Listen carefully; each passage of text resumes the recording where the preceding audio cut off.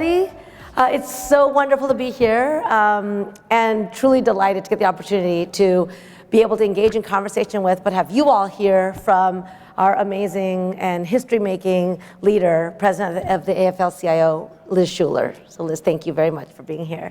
And to everybody, here at this conference, I wanted to focus a little bit just on, this historic moment that we are in, and how in this administration, we've been really laser focused, not just on resources and investments, and not just investments that will deliver on things like, making sure everybody can breathe clean air and have clean water, but also ensuring that there's good jobs that are created for people across the country. And many people say, well, we can fulfill our climate goals while we fulfill our need for good jobs in all communities. I would say we can only fulfill those two things if we do them together. And again, you and your leadership has been extraordinary in helping this administration fulfill our desire to ensure that we not only meet our clean energy goals, but that we also create good jobs in all communities. So if you could just, President Shuler, speak for a moment about why it's so important to have representation for workers in jobs. Why, what is the role of unions, and what does it have to do with the clean energy revolution? Yeah, well, thank you. First of all, hello, everyone. I'm here representing the voices and bringing their voices into the room, actually, of 13 million working people across all segments of the economy, across the country. And it's an honor to be here because this is the moment where we do need partnership. We do need innovation and solutions, and all of us working together in a time of uncertainty. And I think most employers in the room would agree certainty is definitely important. And I really wanted to be here to say that the labor movement is a place of stability and can help with this notion of problem solving and certainty. So we'll get into that a little bit. But certainly in terms of representation, we are the most diverse movement in the country. We represent, I said, nearly 13 million workers, half of which are women, by the way. Not a lot of people think of the labor movement in that way. That we are a source for talent that is unmatched, and workforce development, and that really the notion of a business case for unionism is that we can be that partner that really opens up opportunity and provides that pathway to good high-wage middle-class jobs for the future, as we are all redefining what that future looks like. Yeah, I mean, it's, the idea is that these are jobs where we're going to need talent, skills, expertise, and also ways to lift up communities who've been hungry for these types of jobs for a really long time. And so I think one reason we've been so committed to thinking about how we can ensure partnership from the outset is that is how we help meet the workforce needs of employers in the room, but also of new industries that are really growing at a more rapid rate because of the investments that we're making right now. So, and I want to applaud the Biden administration and your leadership, especially. I wanted to thank obviously Secretary of Energy Granholm and the LPO team, because the investments really have been the catalyst. If you think about coming off this election, right? The thing that really emerged was this notion of workers feeling left behind, frustrated, feeling fed up with the fact that they're economically insecure and that they're piecing together part-time jobs to make full-time employment. They're struggling under housing costs that are exorbitant. And they just don't see a pathway forward to how they can economically prosper. And so regardless of your party, right, it's a problem that we as a society have to grapple with, that we believe the labor movement is at the center of. Because if you're in a union, you have that notion of a good job that pays well, that has benefits, that has a pathway toward training and skill building, that ensures safety on the job. And everybody wants that, right? And so if we work together with workers coming together in unions, having that voice and that collective approach along with their employer partners, their government who can make investments in making sure that we're creating good jobs and stimulating those labor standards through our investments, then we all win. Yeah, that's right. And I, would be interested in the experiences of the folks in this room, but one of the things that I've seen, and I know you've seen too, is that when you have labor management approach to partnership at the front end, it really does create the business case for workers having a real voice, right? It's good for finding the right workforce that you need with the skills that you need. Unions are one of the most effective sources of training for workers. You have, people being able to have a say in the conditions of not just their own workplace, but of the future of their industry in a way that is really important, especially for growing industries. And I think you have a way to problem solve together that is also really, really beneficial, especially again as we see growth, which is partly why, in partnership with the Department of Energy, we've been so intent on making sure that that dollars that we put out are tied to doing things the right way from the very, very beginning. So. And what are you most proud of? Let's kind of think about that. Well, this is a true fireside chat, by the way. We're riffing off each other here. And we really There's matched. No fire, but We matched the theme of the conversation. And we're in green, appropriate. That's right. Yeah. Well, so I would say, I guess there's so much in here, but I think one of the things is really fundamentally shifting the idea of what government's role is in all of this. And having a president who was very clearly, saying that we can't just leave this up to market forces. We need government investment. We need government leadership, and we need, we need to say as a country that we care about this, and we want to build an industrial policy that includes clean energy work and putting dollars behind that. But I think the other thing is that, I think every administration, every president cares about job growth, right? One of the ways you get measured is by the number of jobs that you create. But what has been so, I think, transformative about this administration is the attention to also job quality. Right? It's not just the number of jobs, we care about the quality of those jobs. And again, I know that, job creators also know that it's really important. It can't just be a race to the bottom. It's got to be about making sure that the jobs that people get can actually sustain them. Something that they can be proud of, something they're gonna want to stay in, and that affects retention and the bottom line. So I'm really proud of that focus on job quality, and we've seen the results all across the country, right? We've seen hydrogen hubs. We've seen everything from like electric bus manufacturers to throughout the sector, we've seen not just job growth, but real quality job growth. So I think this group knows this, but in 2023, there was double the number of clean energy jobs created as other jobs. That's phenomenal in a moment when we've had incredible job growth overall, right? And a lot of those have been unionized jobs. And so we're proud. I don't think those things happen by accident. I guess I'll put it that way. It was an intentional policy choice. That's right. That really stimulated growth in the industry, but also I will say that for the first time ever, clean energy jobs are more union dense than traditional energy jobs, Yeah. right? So that the argument of the past, as you know, is that it wasn't an apples to apples comparison, that energy jobs, traditionally were highly union, and so thus highly paid, highly skilled, and that as we were looking toward renewable energies, the clean energy transition, that it was not a leap you could make from one industry to another and support your family, because those jobs were not unionized. We would say that unions were the engine to really making those jobs better jobs, but partnering with an administration that saw the value in using its leverage to say, we're not going to just invest taxpayer dollars to create a low-road industry. Exactly. Right?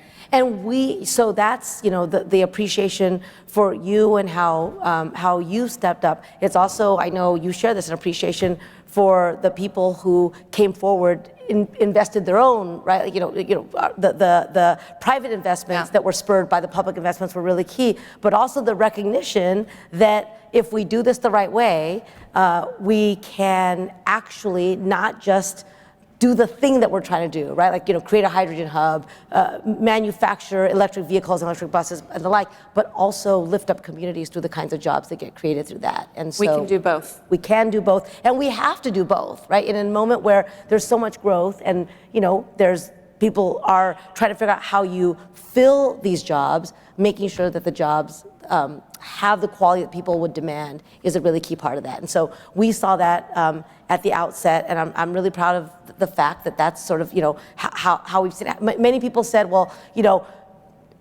there's one philosophy about how you get government money out, which is like you just go as fast as you can. Another is that you make sure that that money actually is tied to certain values that you want, and in doing so, we've been able to partner with so many of the folks in this room who share those values. And I think that's how we build not just a strong industry, but a sustainable one.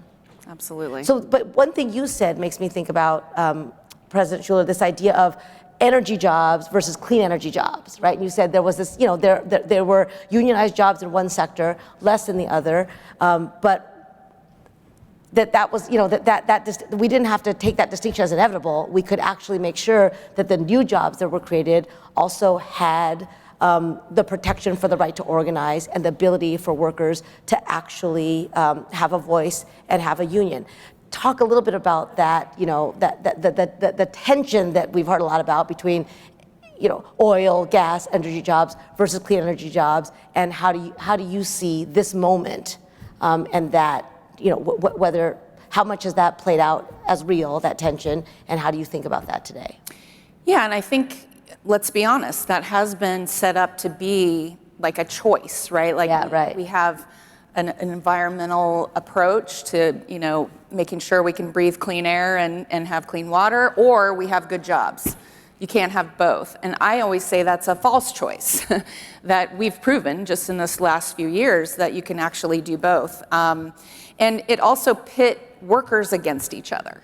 That, as I said earlier, that if you want to be able to survive and support a family, that you cannot transition into the jobs of the future because they're not good jobs. And so what we're saying is no, we should lift the floor and have a baseline that everybody can have a good job, that everyone can have a job that supports your family, that provides good benefits, that provides stability, health and safety, training, and that, as we are transitioning in our industry and our economy, that the labor movement can be a stabilizing force to help rationalize that, to help bring people along. Workers are very uncertain, right? We have a lot of shifts happening in the economy, whether it's this debate around climate, whether it's technology, AI, all of these big changes that are all happening at once make people very nervous. And I cannot tell you how often I'm talking to workers who are really nervous about their future. And so what we say is, no, wait a second, you do have a pathway, you do have a place, a center of gravity, where you can get the training you need to transition into all kinds of different roles, to actually, have someone like a labor union that can advocate for you and connect you with those opportunities and make sure that your voice is being heard. Because I think a lot of the frustration people feel is that these things are happening to them, not with them. And so I want to compliment you, Secretary Sue, because you have always put workers at the center of whatever debate it is, but largely in these changes that are taking place that make people feel very nervous and very frustrated, frankly. So I think that here's another opportunity for partnership, right? We can solve these problems together. If we don't, we can see the pathway. It's going to be more disruption, more angst, more folks lashing out and in disruptive ways, right? Or we have the pathway forward where we all come together around solutions that ensure that we all prosper. Yeah, and I think for this administration, right, the idea that we have to tackle our climate goals, like we confronted the crisis of climate and the crisis of not having enough good jobs in this country to sustain families, we can and must tackle those things together. I think that relates to your question to me about what I'm proud of. I think one thing that we are very proud of is knowing that we had to think about this at the front end. So for example, in partnership and under the leadership really of Secretary Granholm and the Department of Energy, we helped to support a battery workforce initiative. The idea that if you want the workforce to be able to make this thing that we want to make in the United States, we have to be thinking about that at the beginning. By the time somebody wants to hire, it's too late to think about where does the workforce come from. And so really rolling up our sleeves alongside businesses, alongside unions to think about what are the skills going to be needed, then how does the government come in and help to tie, apprenticeship standards to those needs so that we can actually develop apprenticeship programs for those jobs. What was really part of, what I feel like, we've spent a few years really trying to lay the groundwork for all that in partnership with so many people in this room. And now with the transition, in administration, we feel confident that the people in this room can continue to carry a lot of that work forward. It was always intended to be something built with and by the communities that were actually going to come to the table and do it. And we felt like we had planted seeds that will continue to grow because of the folks who are here in partnership with labor unions. And I think that's a very exciting future to look toward. Well, and there's so many great examples too of success that I think we should learn from and unpack and collect those best practices, whether it's working with the auto workers on the EV battery transition and how they work with their employers and use collective bargaining as a tool to help make that transition the most productive and frankly profitable transition for the company, right? Because you can't just impose something on workers and expect it to go smoothly without their voices being considered in that. And in fact, they're smart because they know what it takes from the shop floor to help make things go smoothly. Think about Plant Vogtle with the nuclear project with Southern Company that has had a decades-long partnership with the building trades unions, where they worked together and did the planning you suggested up front and said, we want certainty. We want a talent pipeline. We want to know that we're going to have this project built on time and under budget, and that way you don't have to worry about, oh gosh, we had this mass exodus of people that quit, or something came up where they don't have that predictability for a talent supply. We've been training people for over 100 years in the labor movement in all industries, not just construction. So I think that expertise is going to come in so handy when people, especially folks out here in the audience, are looking like, how are we going to get all of this done? How are we going to build all this stuff? How are we going to ensure that our country is competitive? That we need partnership with labor organizations to help manage those transitions. Yeah, that's right. And think about companies like Bluebird, right? Yeah. Fort Valley, Georgia.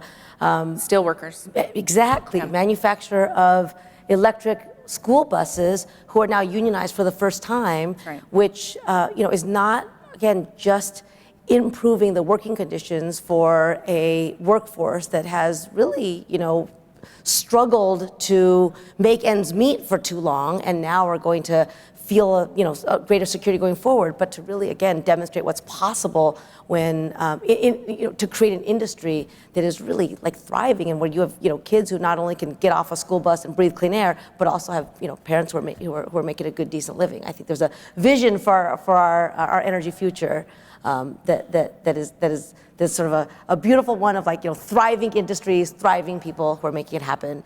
And thriving communities. And thriving communities. Because it has a ripple effect across not only the work site, as we know, but those parents that go home, and have a decent job and an ability to provide certainty for their kids are also members of a community that are supporting local restaurants and retail outlets, and kind of lifts up entire communities. Absolutely. And I think it's such an important conversation to have, because often if you just, focus on the news, or it feels like a lot of labor management relations can be contentious. But I know your experience is, and as has mine in this position been, that so much of it that happens outside the news is real partnership to try to build up the success of an employer, of a business. And on that note, I know we don't have very much time left, but I did want to ask you, President Shuler, what do you see in the next 10 years? Like, what is your vision for, in the light of the uncertainty that we face now, obviously with the political transition, but also in light of, so much that's happened over the last few years, specifically in this industry? What do you see happening in the next 10 years? What's your vision for the next decade? Well, of course, it seems hard to look out 10 years from now, knowing that we have a lot on the horizon that'll be changing in front of us. But the one thing that has been constant is the labor movement. If you think about every major industrial transformation that has happened in this country, the labor movement has changed and evolved with it. I come out of the Electrical Workers Union, IBEW, and you think about the advent of electricity. What a big and exciting change that was for our country, for our economy, for efficiency, for quality of life. And it was, at the time, dangerous. It was scary. You had companies that were looking to profit from it because it was really unregulated at the time.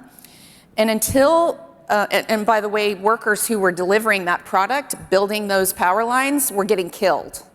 That is why the labor movement, the IBEW, the labor union, was essentially born, is because it was like, wait a minute, we shouldn't have to go to work and die on the job, right? So it was the labor movement as a stabilizing force to harness the power of electricity and be able to provide it in a way that was responsible and really held companies accountable to open the door to, kind of government regulation and, making sure that we could deliver it in a safe and effective way. So I liken that period of time to the time we're going into now, and that the labor movement can once again be that stabilizing force, be partners, be innovators, look to new models, and find ways to really integrate the workforce in a way that benefits everyone, right, and that we all prosper. Right, and really to help people find jobs, to connect those who need workers to people willing to do that work, right, in a way that will create, careers for the next decade. And absolutely, yeah, because a lot of people don't see themselves in these jobs. Right. And that's the other thing that we've been experiencing is, that the labor movement is so popular right now, by the way. Yeah. Did you know that 70% of the public supports unions, 88% of young people under the age of 30. That is 9 in 10 young people are pro-labor and pro-union. And so how are we going to, and I think it's because they see the labor movement as fighting for them, even though they might not be in a union. So I think that is what we're looking at for the future, is how do we capitalize on all of this new energy and excitement and, the possibility, and harness that and channel that into a movement like the labor movement and, these partnerships that can actually build for the future. Yeah, that's right. And having unions, given all that you said, helps to make employers of choice too, in ways that are really valuable, and right, to deal with some of the struggles that I've heard a lot from employers about just finding the workers that you need. Well, thank you so much, President Shuler, for your insight, for your time, again, for your work, and for the collaboration that I know folks in this room will have with you and with other worker organizations that have a lot of expertise in this space and really want to be partners as we think about what the clean energy future looks like in this country. So thank you so much. Thank you all very, very much. Thank you. Be in dialogue Appreciate with it. you. Thank you. Thank you all.